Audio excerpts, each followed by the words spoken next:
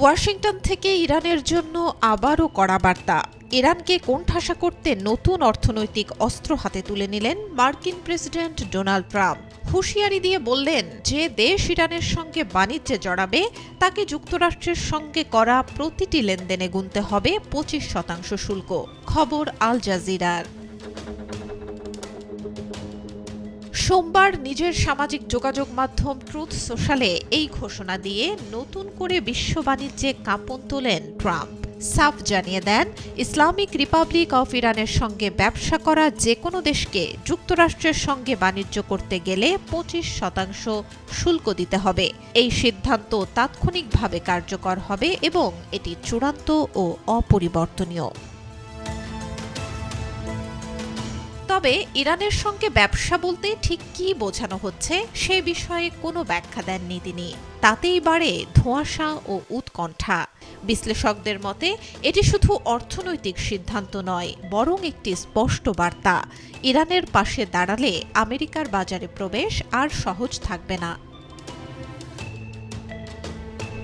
এদিকে পাল্টা হুঁশিয়ারি দিয়েছেন ইরানের পররাষ্ট্রমন্ত্রী আব্বাস আরাকচি। যুক্তরাষ্ট্রকে সরাসরি সতর্ক করে বলেন, ওয়াশিংটন যদি ইরানের শক্তি পরীক্ষা করতে চায় তবে তেহরানও যুদ্ধের জন্য সম্পূর্ণ প্রস্তুত। ইরানে চলমান সরকার বিরোধী বিক্ষোভ দমনে সামরিক পদক্ষেপের হুমকি দেন ট্রাম্প। এরপরই এমন মন্তব্য করেন আব্বাস।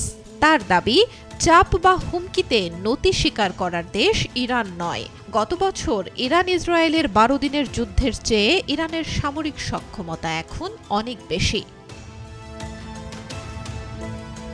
বিশ্লেষকদের মতে সাম্প্রতিক সরকার বিরোধী বিক্ষোভ অনেকটাই নিয়ন্ত্রণে এনেছে ইরান।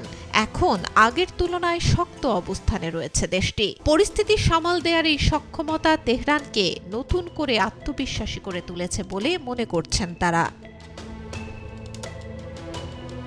ন্যাশনাল ইরানিয়ান আমেরিকান কাউন্সিলের প্রধান জামাল আবদি বলেন, হয়তো যুক্তরাষ্ট্রের চাপে ইরান বড় কোনো ছাড় দিতে আগ্রহী নাও হতে পারে। রাস্তার পরিস্থিতি নিয়ন্ত্রণে এনে ইরান নিজের অবস্থানকে সুদৃঢ় করার প্রমাণ দিয়েছে। তবে অর্থনৈতিক সংকট এখনও কাটেনি। যুক্তরাষ্ট্র ও ইরানের আলোচনার মূল বিষয় হতে পারে ইরানের ইউরেনিয়াম সমৃদ্ধকরণ কর্মসূচি, এমনটাই মনে করছেন তিনি। পাশাপাশি ইসরায়েল ইরানের ব্যালিস্টিক ক্ষেপণাস্ত্র সক্ষমতা ধ্বংস করতে চায় এমন ইঙ্গিত দিয়ে তিনি সতর্ক করে বলেন, সামরিক হামলা হলে এসব স্থাপনাই লক্ষ্যবস্তু হবে।